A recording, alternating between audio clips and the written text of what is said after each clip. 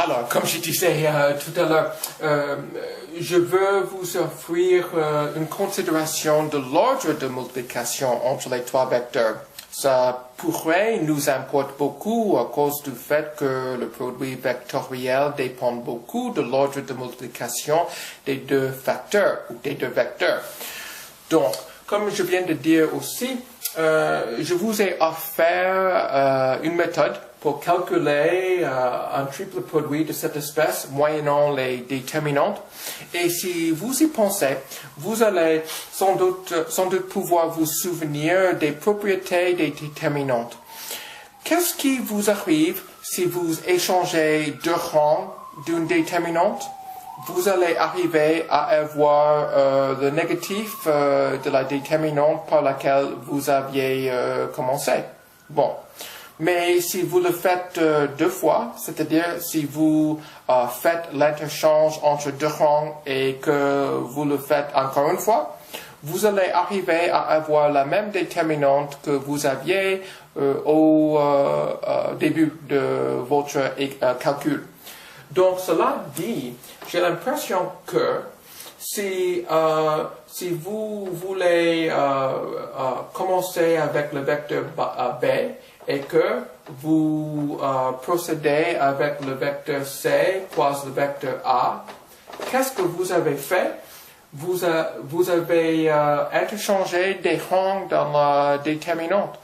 Donc, puisque vous l'avez deux fois, c'est-à-dire que vous avez interchangé A et B et ensuite A et C, vous avez fait deux changements ou deux interchanges entre les rangs de la déterminante, vous n'avez rien fait. C'est-à-dire que vous n'avez rien changé. Vous n'avez fait rien pour changer la déterminante. Donc, si vous répétez cette action, c'est-à-dire d'interchanger des rangs, ou si vous préférez d'interchanger l'ordre de multiplication. Si par exemple vous voulez commencer avec C et que vous multipliez le vecteur C de façon scalaire avec le produit entre les vecteurs A et B, qu'est-ce que vous avez fait? Qu'est-ce que vous avez fait? Pas grand-chose. Parce que, comme j'ai dit, vous avez interchangé deux rangs de la déterminante et donc rien ne nous arrive de ce double interchange entre les rangs d'une déterminante. Comment mémoriser tout cela? Si vous pensez à cette illustration que je vous ai dit, pour mieux vous souvenir des produits vectoriels entre les deux vecteurs unitaires I, J, K.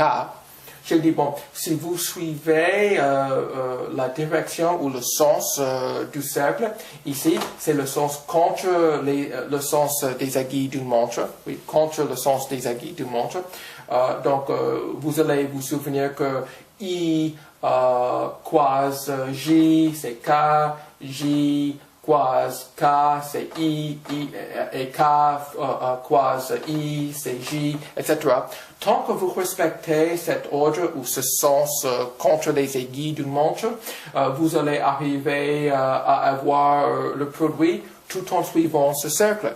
Si par contre vous vous opposez au sens de ce cercle, il faut que vous ajoutiez le signe minus. C'est-à-dire, par exemple, si vous vouliez former le produit vectoriel entre J et I, vous avez envie de dire K, mais il faut dire moins K, parce que vous n'avez pas respecté le sens de la direction du cercle. Bon. De cette même façon, on peut se dire que si vous gardez les trois vecteurs A, B, C, tout en respectant le sens du cercle que je viens de décrire, que je viens de dessiner ici, vous allez pouvoir donner le produit triplé comme vous voulez. C'est-à-dire A point B croise C, B point C croise A, C point A croise B.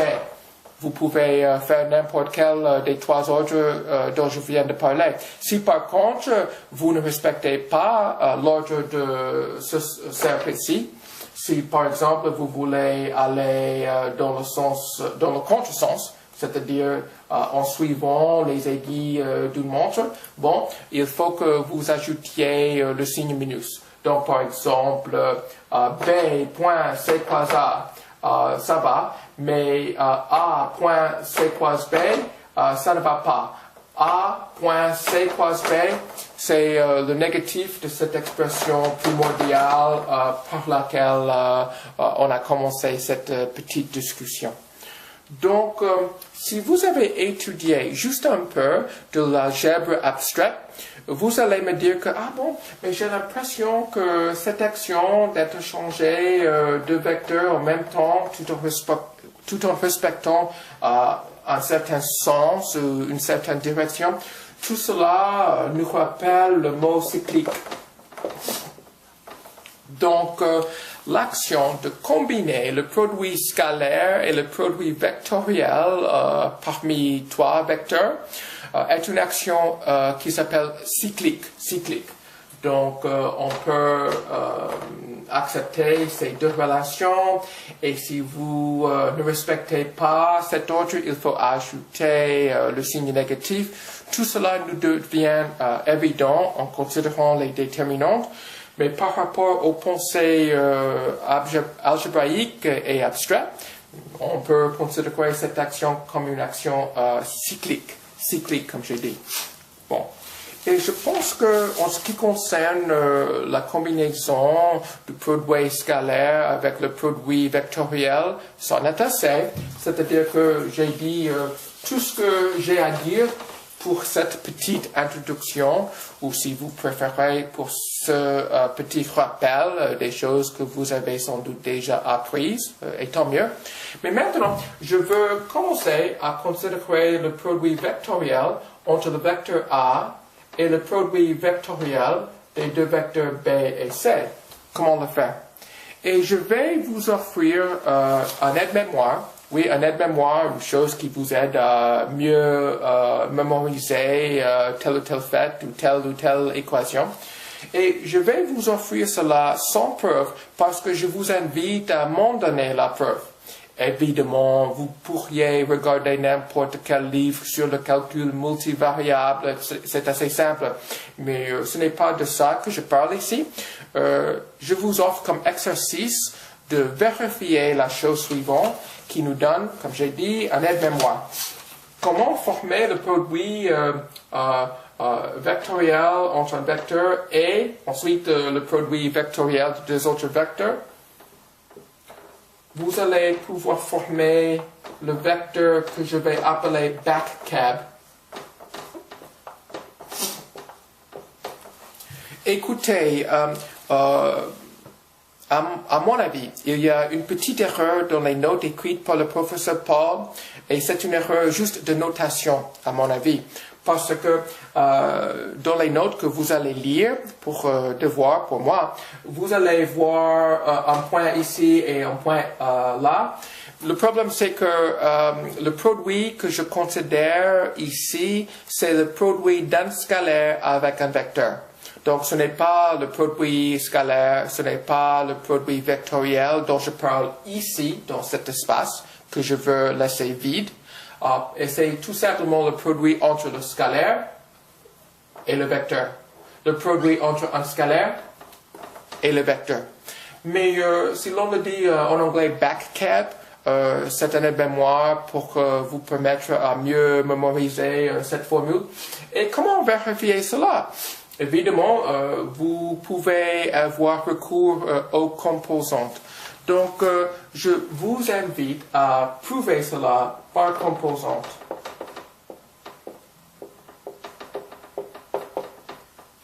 Je vais vous en donner l'idée par un exemple assez explicite, assez concret, dans juste quelques minutes. Mais je vous invite à considérer les trois vecteurs ABC comme je les ai considérés tout à l'heure, c'est-à-dire par composante. vous pouvez former le produit scalaire, vous pouvez multiplier ce scalaire-là par le vecteur là, et ensuite vous répétez cette même action avec les trois autres vecteurs dans cet ordre, et vous formez la différence entre les deux vecteurs par composante, et vous allez pouvoir voir que vous serez arrivé au même résultat que si vous aviez formé le produit vectoriel comme je l'ai écrit ici au début du calcul. Donc, je ne vais pas insister sur cela ici dans la vidéo. Je vous laisse les soins de prouver tout cela, ou plutôt de vérifier tout cela. Mais moi, je veux vous offrir un calcul, c'est-à-dire un exemple assez concret qui vous donne l'illustration de cette méthode efficace pour calculer le produit triple qui implique deux produits vectoriels. Donc, pour considérer l'exemple, je vous offre trois vecteurs par composante. Donc, je vais avoir A, c'est juste le vecteur 1, 2, 3. Et vous vous souvenez de cette autre façon de représenter les vecteurs par juste des triples. C'est-à-dire, le vecteur A, c'est le vecteur I plus 2J plus 3K. Et de façon tout à fait semblable, je peux vous donner le vecteur B qui sera 2, moins 1, 3. Et le vecteur C qui sera le vecteur donné par les composantes 3, 4, 5. Et vous voyez que je ne suis pas tout à fait imaginatif avec les chiffres que j'ai choisis. Je ne cherche qu'une chose, c'est de vous illustrer la méthode dont j'ai parlé au début avec cette aide-mémoire. Donc, je cherche ici le vecteur A croise, le vecteur B croise C. Et encore une fois, avec mes petites hésitations, je voulais vous laisser voir où se trouveront les parenthèses. Donc, je voulais vous faire savoir la façon dont il faut associer les trois vecteurs. C'est encore un mot qui nous vient de l'algèbre abstrait, la règle associative et tout ça. Bon, ici donc, comment faire le calcul? Il faut commencer avec le vecteur B croise C. Et je vais calculer cela moyennant la grande déterminante. Comment le faire?